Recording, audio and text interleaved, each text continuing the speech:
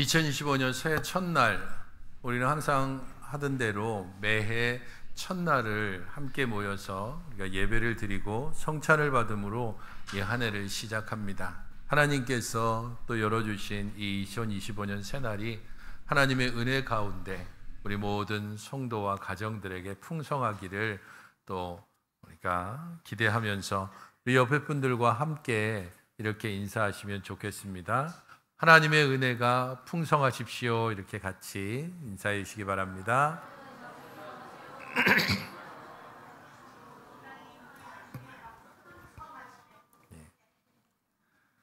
우리 모든 이들에게, 그리고 모든 가정에게 하나님의 은혜가 풍성하고 넘치고, 그래서 우리가 우리의 풍성함을 통해 우리의 이웃들도 함께 풍성해지는 2025년이 됐으면 좋겠습니다. 2025년 목회 방향에 대해서는 여러분들 나와 있는 내용들을 좀 다 참고해 주시면 될 것 같고요. 2025년 표 같이 한번 여러분들 함께 외쳐보겠습니다. 2025년 표입니다. 시작. 이웃과 함께 이방을 향하여. 2025년은 이웃과 함께 이방을 향하여라는 표로 우리가 올 한 해를 시작하고자 합니다. 나와 있는 대로 2024년이 교회 설립 50주년이었습니다. 이제 50주년 지나고 새로운 희년을 시작하는 2025년도에는 작년 희년을 통해서 교회가 처음 설립됐었던 세계 선교에 대한 소망과 그 정신을 2025년에는 다시 좀 되새겨서 먼저 우리의 가까운 이웃들을 돌아보고 그리고 세계를 향해서 함께 걸음을 나아가는 그런 2025년이 되기를 소망하면서 2025년 표를 정했습니다. 하나님께서 우리에게 주신 은혜가 모든 이들에게, 그리고 특별히 이 수정교회 안에 풍성해져서 교회를 통하여 이웃이 함께 은혜를 누리고 복을 받고 또 일으킴을 받을 수 있는 그러한 쓰임받는 교회가 되시면 좋겠습니다. 함께 올해 표와 관계되는 말씀을 보도록 하겠습니다. 마가복음 1장 32절부터 39절 말씀입니다.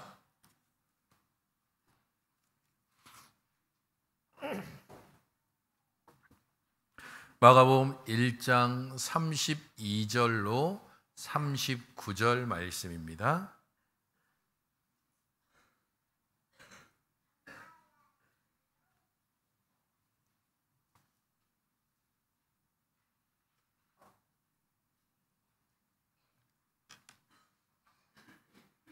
찾으셨으면 기록된 말씀을 잘 들으시기 바랍니다.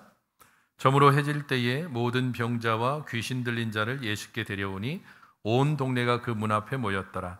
예수께서 각종 병이 든 많은 사람을 고치시며 많은 귀신을 내쫓으시되 귀신이 자기를 알므로 그 말하는 것을 허락하지 아니하시니라.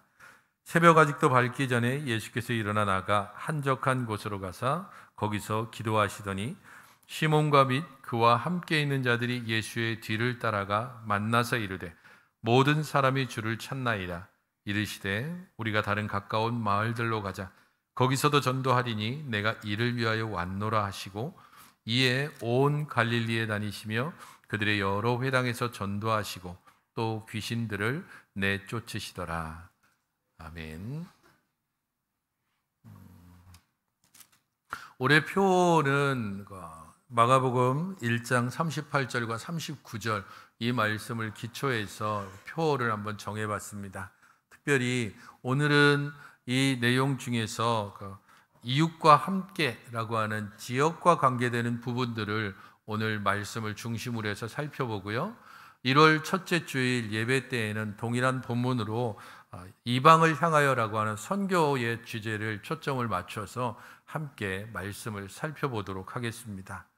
특별히 마가복음을 여러분들에게 읽어보기를 추천드리는데요. 마가복음은 복음서 중에서 가장 짧은 복음서이기 때문에 빨리 읽을 수도 있고, 특별히 마가복음은 전체적으로 이야기체로 되어져 있습니다. 그래서 마가복음을 제일 잘 읽을 수 있는 것은 낭독 성경 있죠? 특별히 그 상황 그거로 해서 성우가 나와서 하는 그런 것으로 해서 마가복음을 읽어보면 이게 굉장히 드라마틱하게 마가복음이 전개되는 것을 알 수 있습니다. 짧게 보니까 그 짧은 것 안에 예수님의 행적을 담아내야 되니까 빠르게 이야기가 전개되고, 그리고 이야기식으로 되어 있기 때문에 지루하거나 혹은 그 중간에 따로 졸 염려가 없이 계속해서 마가복음을 읽어갈 수 있습니다. 여러분들이 기회가 된다면 마가복음을 한번 쭉 읽어보심으로 예수님께서 이 땅에 오심으로 어떤 일을 행하셨는가 하는 것을 생각해 보면 좋겠습니다. 복음서 중에 각각의 복음서를 동물과 비유하는 것이 있는데, 이 마가복음을 흔히 나귀복음이라고 얘기합니다. 종으로 오신 예수 그리스도를 잘 표현하고 있다라고 해서, 종으로 오셔서 우리를 태우시고 우리를 구원하시고 결국은 우리를 위해 자기 자신을 주신 예수 그리스도를 묵상함으로 우리도 또한 동일하게 그가 가신 길을, 그가 우리에게 명하신 길을 함께 따라가기를 소망합니다. 마가복음의 시작 부분인 1장 1절은 이렇게 기록되어 있습니다. 성경을 가지고 계신 분들 마가복음 1장 1절 다 같이 한번 읽어보시겠습니까? 시작. 마가복음은 그냥 바로 치고 들어옵니다.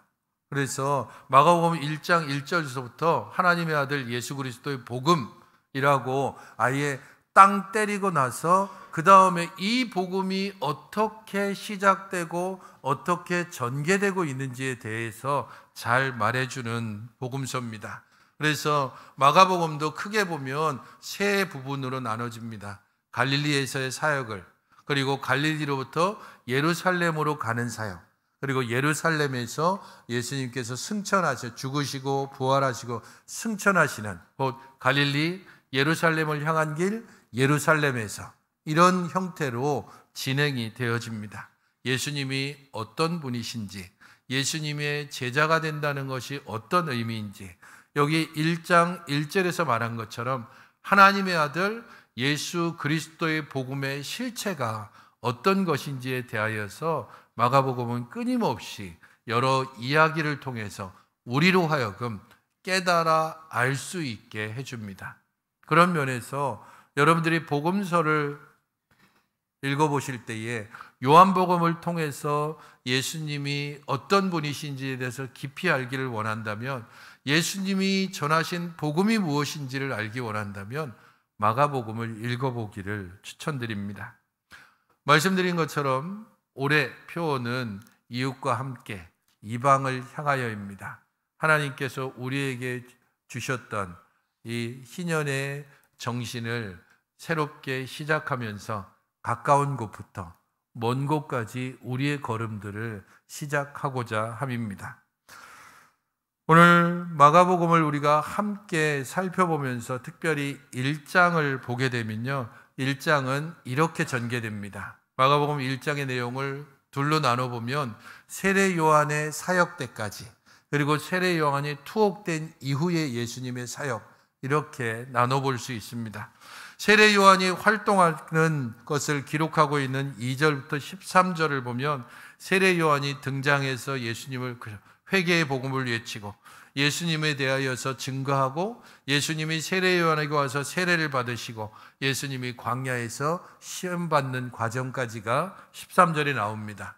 14절부터 45절까지는 세례 요한이 투옥되고 난 후, 곧 감옥에 갇히고 난 후에 예수님께서 하나님 나라를 선포하시고 제자들을 부르시고 귀신들을 쫓아내고 병든 자를 고치는 이야기가 계속해서 반복됩니다. 오늘 본문은 그런 병자를 고치고 귀신을 쫓아내는 그런 이야기들 중간에 마치 휴식 시간처럼 예수님께서 기도하시고 제자들이 나와서 예수님과 이야기하는 대화가 기록되어 있습니다. 이것을 통해서 하나님 나라의 복음, 예수 그리스도의 복음, 예수님께서 이 땅에 오신 목적에 대하여서 분명하게 알려주고 있는 것입니다. 복음의 능력, 그것은 귀신을 쫓아내고 병든 자를 고치는 것으로 나타나지만 복음의 능력을 그렇게 보여주는 이유는 그것을 통해서 예수님이 대단한 능력을 가진 분이다라는 것이 아니고 하나님의 나라가 어떤 것인지를 보여주고자 하는 데 있습니다. 하나님의 나라의 핵심인 복음, 하나님의 복음은 어떤 것인지를 분명하게 보여주는 하나의 증거가 병을 고치는 것이고 귀신을 쫓아내는 것이라는 겁니다. 그런 면에서 병 고침과 귀신 쫓아내는 것은 목적이 아니고 수단입니다. 중요한 목적은 그것을 통해서 하나님의 나라가, 하나님 나라의 복음이 전해지는 것이 가장 큰 목적이 됩니다. 34절을 읽어보시면 예수께서 각종 병이 든 많은 사람을 고치시며 많은 귀신을 내쫓으셨다라고 말씀합니다. 여기 각종 병든 자와 많은 귀신이라고 표현하고 있는 것이 예수님의 사역이 얼마나 폭넓게 그리고 많은 사람들을 괴롭히고 있는 것들로부터 예수님이 그것을 구원해내고 있는지를 보여줍니다. 그리고 귀신이 자기를 아는데 그 말하는 것을 허락지 않으셨다라고 말씀합니다. 예수님의 이름이 점점 퍼지지만 예수님은 인기를 얻기 위해서 병 고치거나 귀신을 쫓아내는 것이 아님을 명확히 하고 있습니다. 병 고침과 귀신 쫓아내는 것은 사역의 본질이 아니라는 겁니다. 정말 예수님이 하시고자 하는 핵심은 마가복음 1장 1절에 있습니다. 하나님의 아들 예수 그리스도의 복음, 그 복음이 무엇인지, 그 복음이 우리에게 어떤 의미가 있는지를 알려주고자 하는 것이 예수님의 사역의 본질이라는 겁니다. 35절을 보시면 새벽 아직도 밝기 전에 예수께서 일어나 나가 한적한 곳으로 가서 거기서 기도하셨다라고 하는, 기도하시는 예수님의 모습이 나타납니다.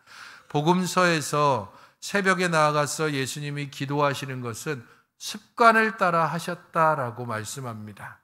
계속해서 예수님께서는 그 모든 사역과 사역 중에 습관을 따라 새벽이 되면 사람들이 없는 한적한 곳에 가서 기도하셨습니다.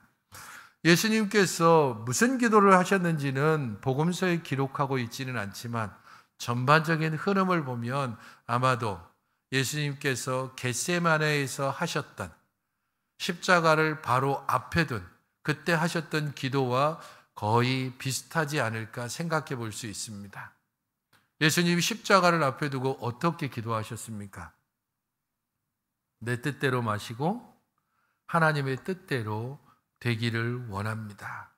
나는 이 십자가를 피하기를 원하고 제자들과 함께 더 거하기를 원하고 좀 더 많은 사람들을 고치고 좀 더 많은 사람들에게 하나님 나라의 복음을 전하기를 원하지만 내 뜻이 아니라 하나님의 뜻대로 이루어지기를 원합니다.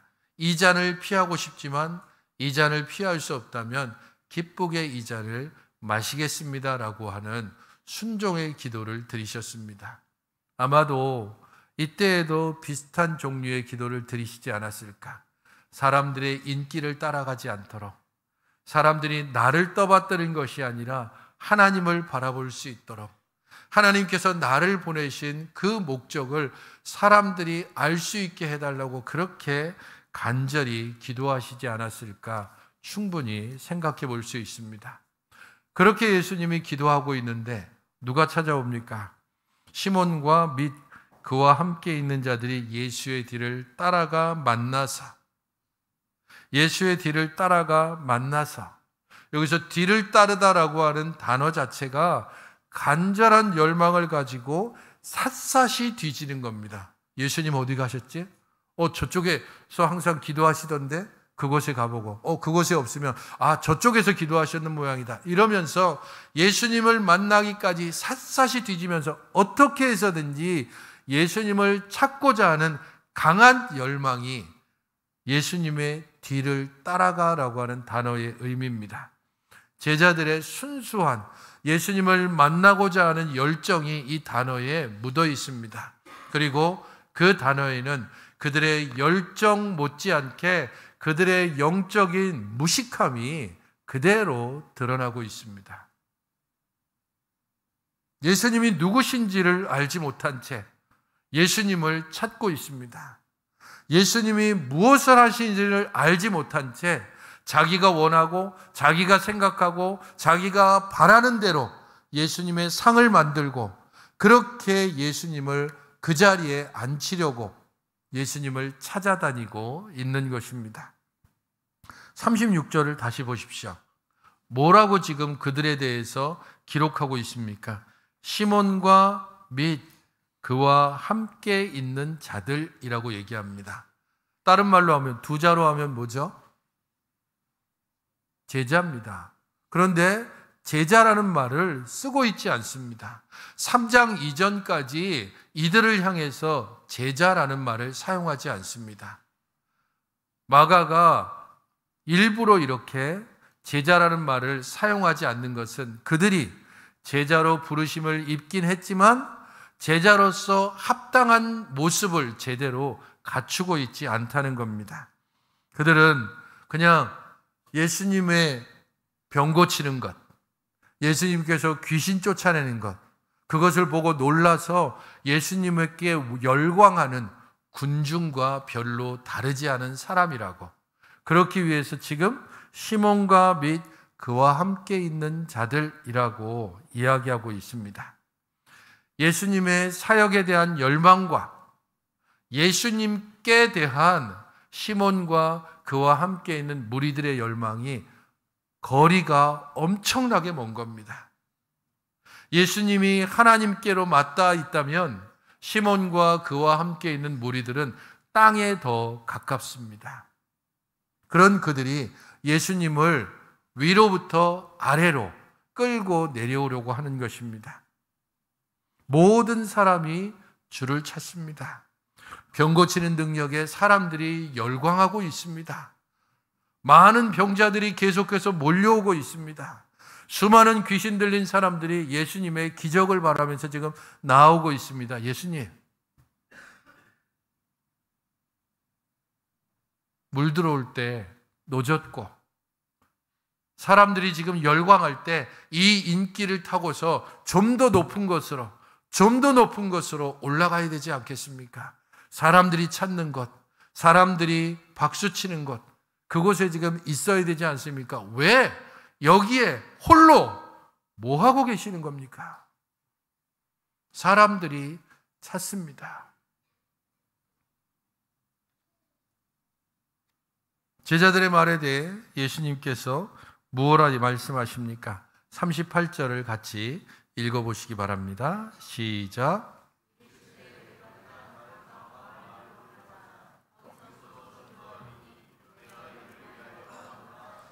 성공지향적인 제자들과 하나님의 복음을 전하시려는 예수님이 이렇게 말이 다릅니다. 모든 사람이 찾습니다. 그런데 모든 사람이 찾지 않는 가까운 마을들로 가자. 거기서도 전도해야 할 것이다. 내가 이를 위하여 왔다라고 말씀합니다. 다른 가까운 마을들, 그것은 아마 갈릴리 지방의 여러 마을, 동리, 유대 역사가인 요세푸스의 기록에 의하면 그 당시 이 갈릴리 지역 전체에 대략 한 2,000개 정도의 마을이 여기저기 흩어져 있었다고 합니다. 예수님께서 그 모든 것을 향해서 가시는 것은 39절에 기록되어 있다면 지금 38절에 가까운 마을들로라고 하는 것은 예수님의 사역의 중심지인 가버나움, 그 가버나움으로부터 가까운 몇몇 마을들을 가리키는 것으로 보입니다. 거기서도 전도할 것이다 라고 말씀합니다. 예수님의 목적이 병 고치는 것이나 귀신을 쫓아내는 데 있지 않다는 것을 분명히 알려주고 있습니다.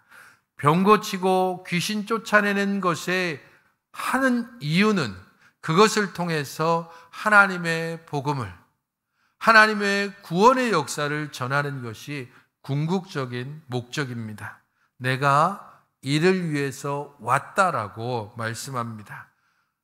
이를 위해서 왔다라고 하는 원래 뜻은 어디로부터 나왔다라는 의미입니다. 그래서 이것은 현실적으로 본다 그러면, 지금 이 상황으로 본다면, 내가 지금 베드로 장모를 고치고 사람들이 놀라고 그런 자리로부터 기도의 자리로 나왔다, 그렇게 현실적인 의미로 해석할 수 있지만, 보다 본질적으로 이야기한다면 하나님께로부터 내가 나왔다, 창세전부터 우리를 구원하시기로 작정하신 하나님, 그로부터 내가 이곳으로 왔다. 그래서 나는 너희들이 원하는 방식이 아니고 하나님이 원하시는 뜻이 무엇인지를 행하기 위해서 왔다라고 말씀하는 것입니다. 그래서 예수님은 그의 사역의 시작에서부터 이렇게 선포하고 있는 것입니다. 14절, 15절, 1장 14절, 15절을 같이 한번 읽어보시겠습니까? 시작.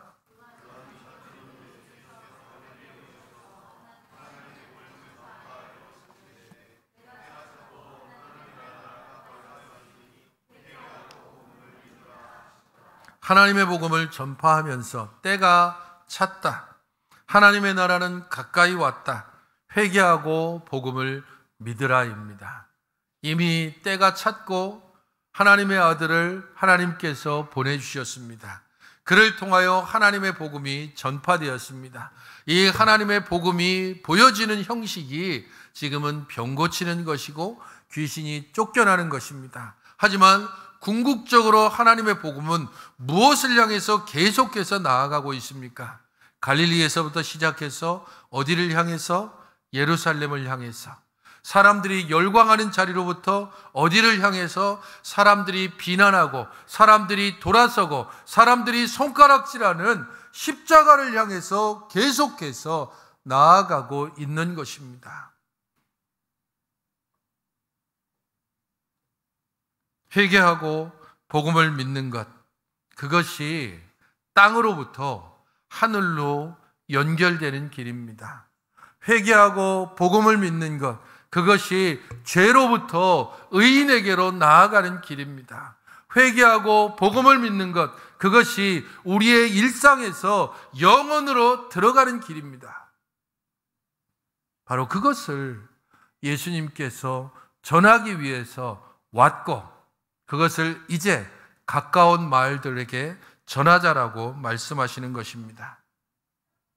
그의 모든 사역을 마치시고 십자가의 죽으심, 부활, 승천하시고 그의 복음을 완성하시며 제자들에게 전파하신 후에 그의 마지막을 기록하고 있는 마가복음 16장 15절에 예수님께서는 제자들에게 이렇게 부탁하셨습니다.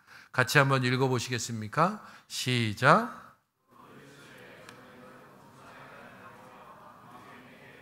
예수님의 부탁을 받고 제자들은 어떻게 행동했습니까? 같이 한번 16장 20절을 읽어보시기 바랍니다. 시작.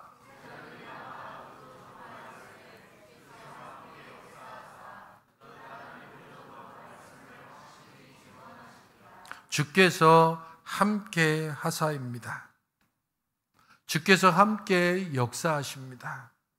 두루 전파하며 가까운 마을들로, 먼 이방으로, 나의 이웃에게, 나의 친척에게 하나님 나라의 복음을 때로는 말로, 때로는 따뜻한 위로의 한마디로, 때로는 그들의 말을 자세히 경청하고 들어주는 것으로, 때로는 우리들의 호주머니를 털어주는 것으로, 때로는 밝게 웃어주는 것으로, 때로는 그들이 우리를 부당하게 대하거나 혹은 오해하거나 혹은 우리를 비난하는 그런 말을 한다 할지라도 인내함으로 참으며 사랑으로 관용하는 그런 모습을 통하여서 하나님 나라의 복음이 전파됩니다.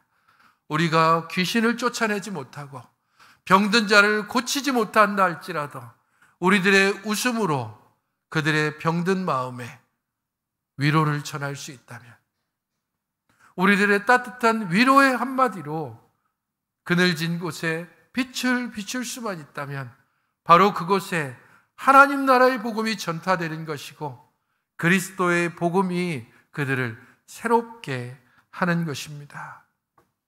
그런 이들에게, 그런 제자들에게 주께서 함께 하시고 역사하시고 그 따르는 표적으로 말미암아 확실히 그리스도의 복음이, 하나님 나라의 복음이 증언되는 것입니다. 성도 여러분, 예수 그리스도의 복음을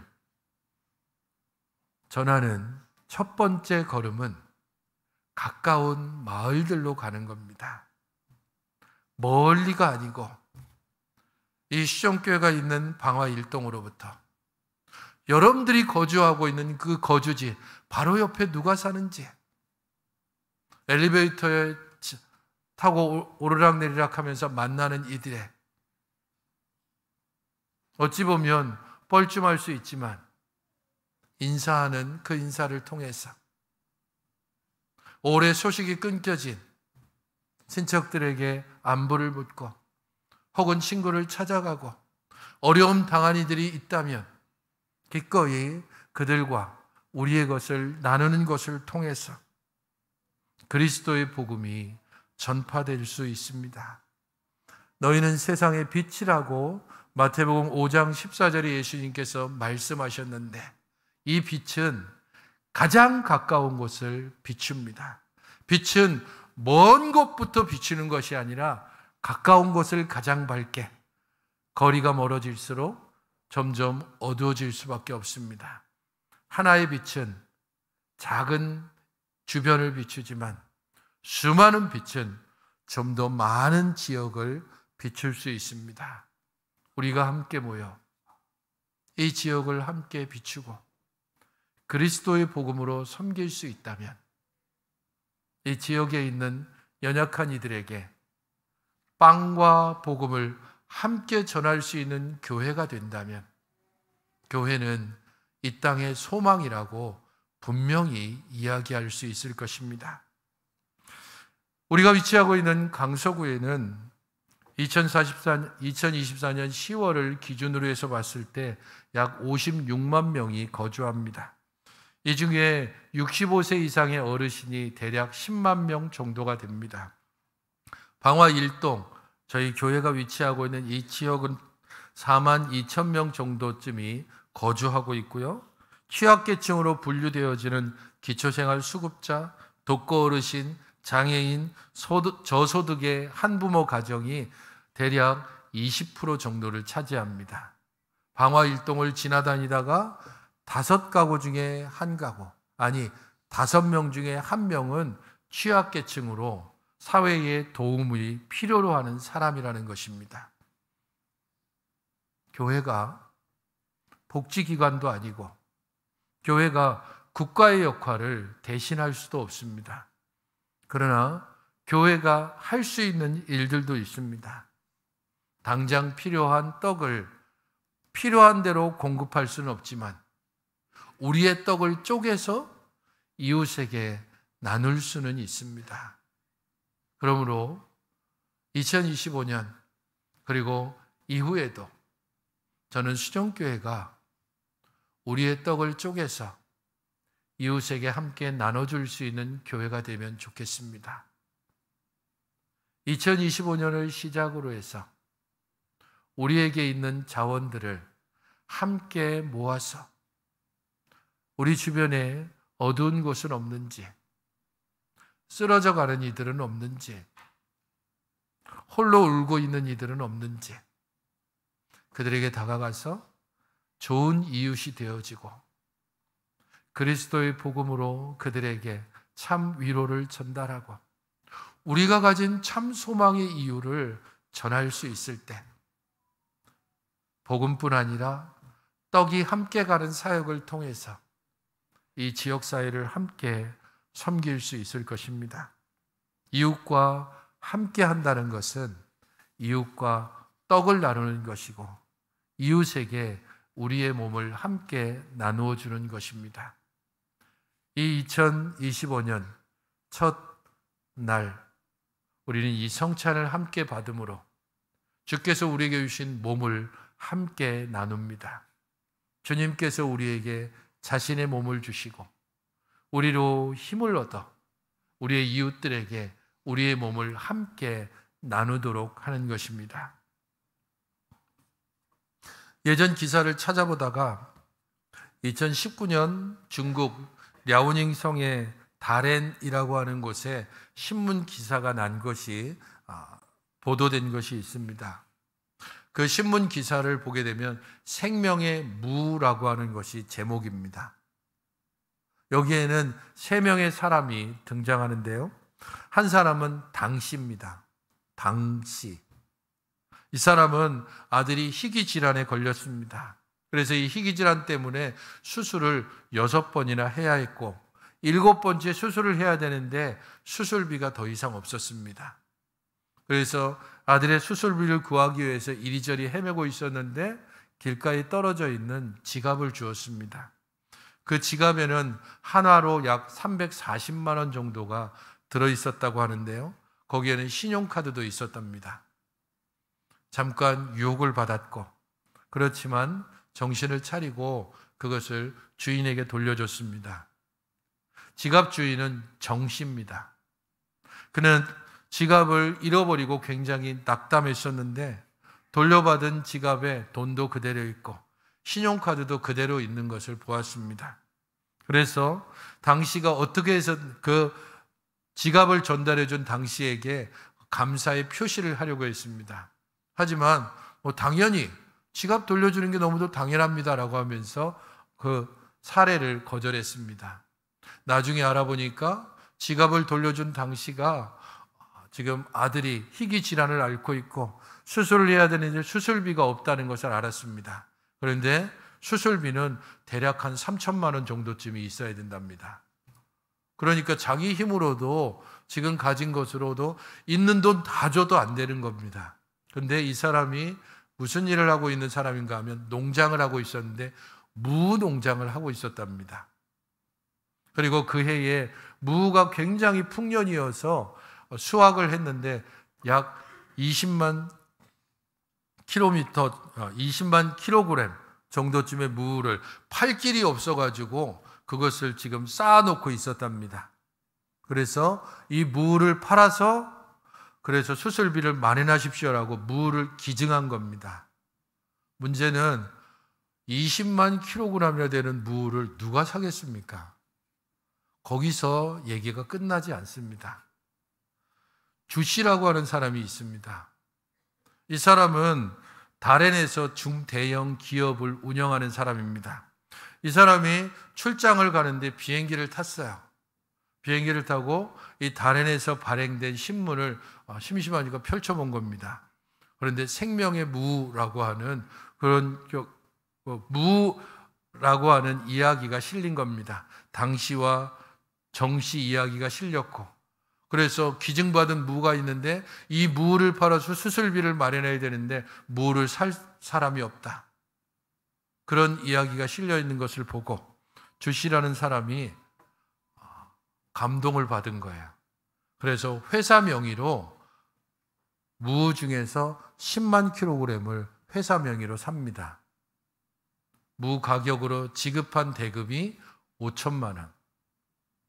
그래서 그 중에 3천만 원을 수술비로 쓸 수 있었습니다. 이 무는 인근 양로원에 다 기증을 했답니다. 성도 여러분, 선행이 선행을 낳습니다. 사진 기사가 있는데 혹시 저 위에 아무도 없나요? 저기 아이를 안고 있는 사람이 돈을 기증한 주씨고요. 바라보고 있는 사람이 그 아버지인 당씨입니다. 넘겨주시면 저기 지금 돈을 다발로 막 주고 있죠. 그 다음으로 넘겨주시면 다음 없습니까? 기증받은 무를 그 주씨 회사 사람들이 양로원에 기증하기 위해서 막 옮기는 장면입니다. 선행이 선행을 낳습니다. 생명이 생명을 낳습니다. 아주 작은 일이라도 이웃을 위해서 할 수 있다면, 별거 없는 것이라도 이웃을 위해서 손 내밀 수 있다면, 우리의 것을 나눌 수 있다면 그것을 통해서 이 선행은 점점 파도가 되고 파고가 되고 물결이 되고 그리고 하나의 흐름이 되어서 생명이 생명을 낳는 역사가 일어나게 됩니다. 오늘 우리는 이 성찬을 통해 생명이신 예수 그리스도를 받습니다. 그 생명이 우리 가운데 들어와 그 생명이 우리를 살게 하고 그 생명이 이웃을 살게 하는 역사를 함께 만들어갈 것입니다. 성도 여러분, 2025년 올 한 해에는 이웃과 함께하는 가난한 이웃과 소외된 이웃과 연약한 이웃과 불편한 이웃과 도움의 손길을 내미는 이웃과 함께하는 여러분들이 되시고 이 시종교회를 함께 만들어 가시는 우리 시종교회 성도들이 되시기를 주님의 이름으로 축원드립니다. 기도하겠습니다. 주 하나님 아버지, 저희들을 주의 은혜 가운데 날마다 새롭게 하여 주시옵시고 주님을 온전히 바라보고 소망함으로 오직 주님께만 참 소망을 두고 살게 하여 주시옵소서. 우리에게 생명을 주셨으니 이 생명으로 또한 생명을 살리는 복음의 역사를 함께 만들어가게 하여 주시옵소서. 예수 그리스도의 이름으로 기도하옵나이다. 아멘.